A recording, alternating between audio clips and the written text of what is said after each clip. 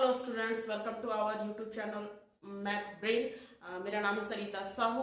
आज हम लोग पढ़ेंगे क्लास 10 का ट्रिगोनोमेट्री चैप्टर का एक्सरसाइज 8.1 के लास्ट दो क्वेश्चन नंबर 10 एंड 11। इसके पहले वाले लेक्चर में हम लोगों ने क्वेश्चन नंबर 8 तक सारा सॉल्व किया था, 9 तक सॉल्व किया था। आज हम लोग करेंगे क्वेश्चन नंबर 10 एंड 11। तो चलिए स्टार्ट करते हैं।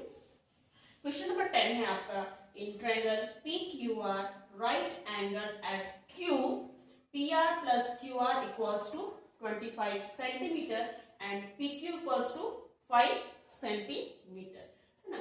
Determine the values of sin P, cos P and tan P। तो क्वेश्चन को बनाने से पहले सबसे पहले हमें समझना है कि क्वेश्चन में दिया क्या है और हमें फाइंड आउट क्या करना है, ठीक है। तो चलिए बनाना शुरू करते हैं। क्वेश्चन में बोल रहा है कि PQR एक राइट एंगल ट्रायंगल है और 90 डिग्री कहां बन रहा है, पॉइंट Q पर, ठीक है। तो एक राइट एंगल ट्रायंगल हम बनाते हैं, ठीक है। Q पर है 90 डिग्री, इसका नाम दे देते हैं P, ये R। PQR is a right angle triangle at point Q, ठीक है। फिर दिया हुआ है PR plus QR equals to 25। PR और QR ये दोनों को ऐड करने के बाद कितना रहा, 25 सेंटीमीटर। और ये PQ जो है वो दिया हुआ हमारा कितना, 5 सेंटीमीटर, ठीक है। तो हमें निकालना है sine P, cos P and tan P। तीनों चीज निकालने के लिए हमें राइट एंगल ट्रायंगल के तीनों साइड का लेंथ हमें पता होना चाहिए, जिसमें से हमें ये पता है और ये दोनों साइड का सम पता है, बट सेपरेटली नहीं पता है कि ये PR कितना है और QR कितना है, ठीक है। तो इसको समझने से पहले ये चीज आप ध्यान दे सकते हैं, जैसे कि दोनों का सम दिया हुआ हमें 25, तो एक को अगर x मानेंगे तो दूसरा 25 माइनस x हो जाएगा।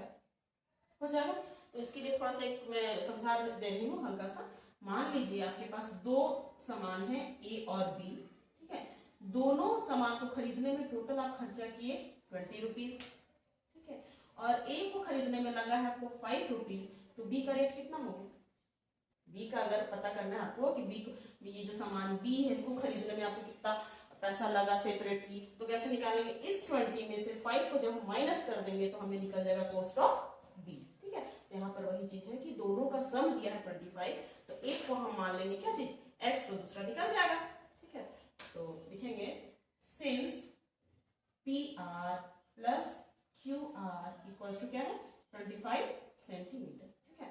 तो लेट मान लिए कि PR जो है वो है x सेंटीमीटर, हेंस QR कितना हो जाएगा, तो QR हो जाएगा ये 25 और QR इधर जाके क्या हो जाएगा, माइनस B हो जाएगा x, ठीक है। फिगर में दिखा दीजिए, PR है आपका x और QR है 25 माइनस x, ठीक है। अब तीनों साइड निकल गया। अब क्या करेंगे हम, by using Pythagoras theorem, h square equals to p square plus b square, ठीक है। Now by using Pythagoras theorem, short में आप लिख सकते हैं PT, we get h square equals to p square plus b square. h का value क्या है हमारा, h ये है 90 के जस्ट अपोजिट वाला, तो ये हो गया x स्क्वायर, p है हमारा 5 का स्क्वायर एंड b है 25 माइनस x का होल स्क्वायर, ठीक है ना। ये हो गया आपका x स्क्वायर, है ना, 5 का स्क्वायर 25 प्लस यहाँ पर हो रहा है आपका फॉर्मूला a माइनस बी का होल स्क्वायर, दैट मींस कि a के स्थान पर हो रहा है 25 और b के स्थान पर हो रहा है x।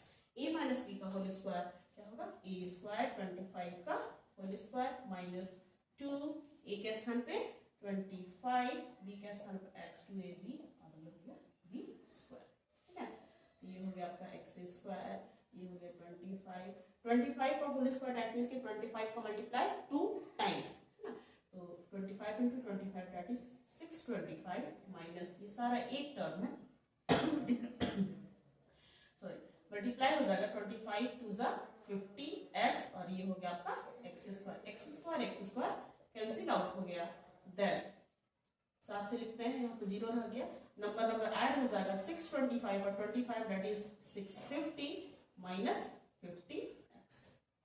अब क्या करेंगे, ये जो माइनस 50x है इसको उठा के इधर ले आएंगे, जब उधर जाएगा तो ये माइनस होगा क्या हो जाएगा, प्लस 50x और ये हो गया आपका 650, x 50 डिवाइडेड बाय 50, 0 0 कैंसिल, 5 1 जा 5, 5 1 जा 5, 5 3 जा 15, x का वैल्यू हो गया 13, है ना, x निकल गया।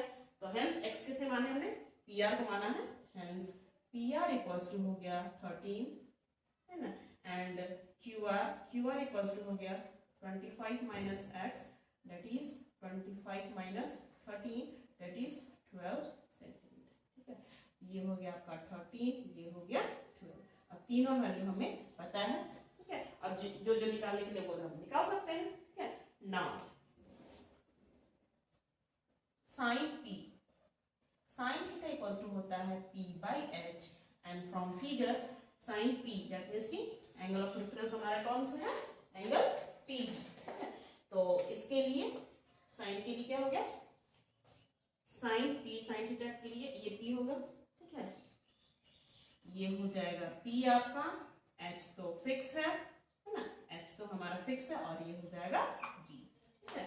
तो sine theta equals to p by h, that means कि p के स्थान पे हो रहा है आपका qr, और h के स्थान पे pr, qr है आपका 12 और h है 13, दिस इज आंसर, ठीक है। नेक्स्ट फिर हमारा है cos p, cos p, cos theta equals to होता है b by h, and from figure p के लिए b कौन सा है, ये p q, एंड h कौन सा है, p r, है ना। तो p q है आपका 5 एंड p r है 13। नेक्स्ट आपका tan p, है ना, tan p, tan theta equals to p by b, p का वैल्यू p का क्या है, qr, एंड b है आपका pq, है ना, qr है हमारा 12 एंड pq है हमारा 5, दिस इज आंसर, ठीक है।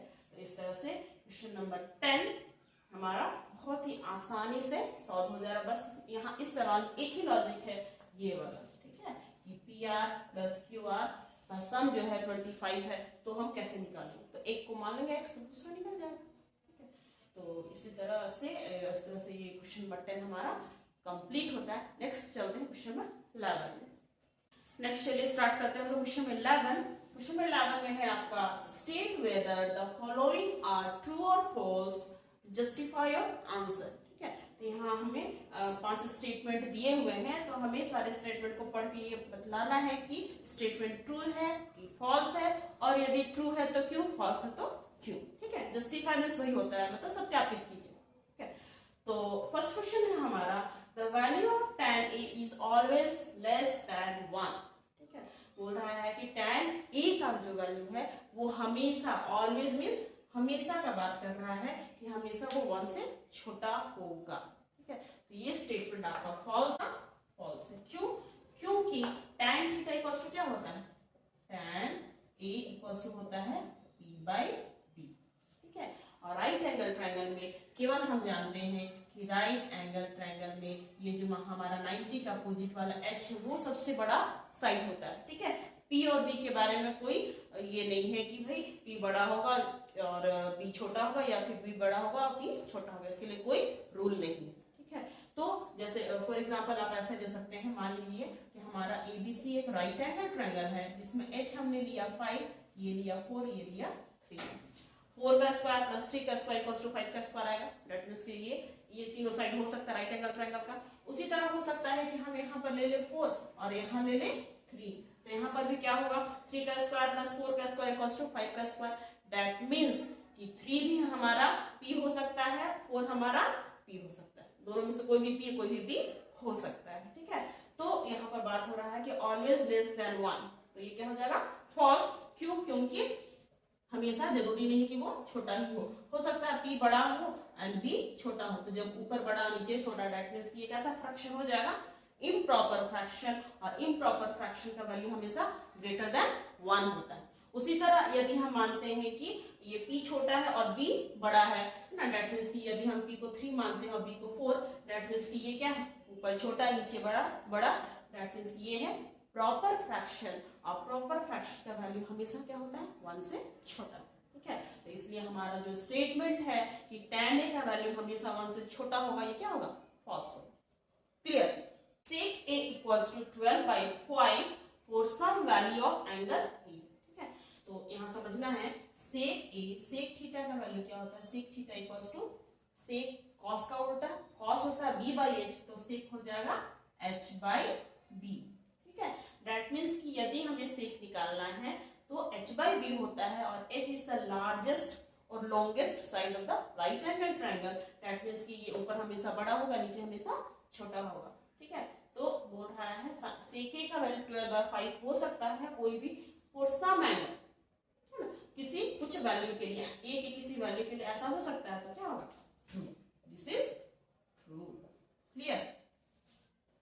नेक्स्ट है आपका cos A is the abbreviation used for the cosecant of angle E। ठीक है, तो क्लास के स्टार्टिंग में ही, स्टार्ट वाले लेक्चर में हम लोगों ने पढ़ा था कि हमारे पास 6 ट्रिग्नोमेट्रिक रेशियोज होते हैं, है ना, लॉन्ग नेम भी है उसका, शॉर्टकट नेम या फिर एब्रिविएशन भी है। ठीक है, जिसमें कोसाइन को शॉर्ट में लिखते हैं कॉस, है ना, एंड कोसेकेंट को लिखते हैं शॉर्ट में कॉसेक। ठीक है, कॉसेक। तो यहाँ हमें लिखा है कि कॉस जो है वो कोसेकेंट का एब्रिविएशन है, तो क्या हो जाएगा, false. This statement is false. Clear. ठीक है, नेक्स्ट है question number 4, cot A is the product of cot and A।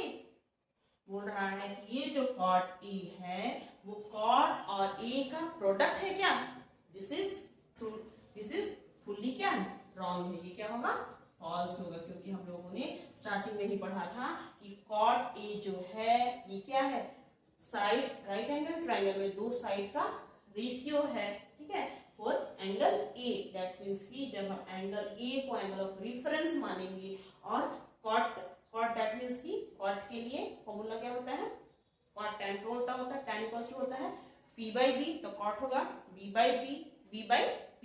तो जब एंगल ऑफ रेफरेंस ए रहेगा और उसके लिए b और p को जब हम डिवाइड करेंगे तो जो रेशियो आएगा वो कहलाता है cot A, not product of cot and A। ठीक है, इसलिए स्टेटमेंट क्या हो जाएगा, फॉल्स हो जाएगा। नेक्स्ट है आपका sin theta equals to 4/3 for some angle theta. ठीक है, फॉर सम एंगल थीटा। तो sin थीटा इक्वल्स टू क्या होता है, sin थीटा इक्वल्स टू होता है p बाई h। ठीक है, h नीचे है और h is the longest side of the right angle triangle. तो हम जिस भी राइट एंगल ट्रायंगल में बात करेंगे और उसमें साइन का जो वैल्यू होगा ऊपर छोटा होगा और नीचे हाइपोटेनस का वैल्यू क्या होगा, बड़ा होगा, लेकिन यहाँ उल्टा दे दिया है, ऊपर बड़ा नीचे छोटा, दैट मींस ये स्टेटमेंट क्या होगा, फॉल्स होगा। ठीक है, समझ में आ रहा है। तो इस तरह से क्वेश्चन नंबर 11 हमारा कंप्लीट होता है और इसके कंप्लीट होने के साथ ही हमारे एक्सरसाइज 8.1 भी कंप्लीट होता है।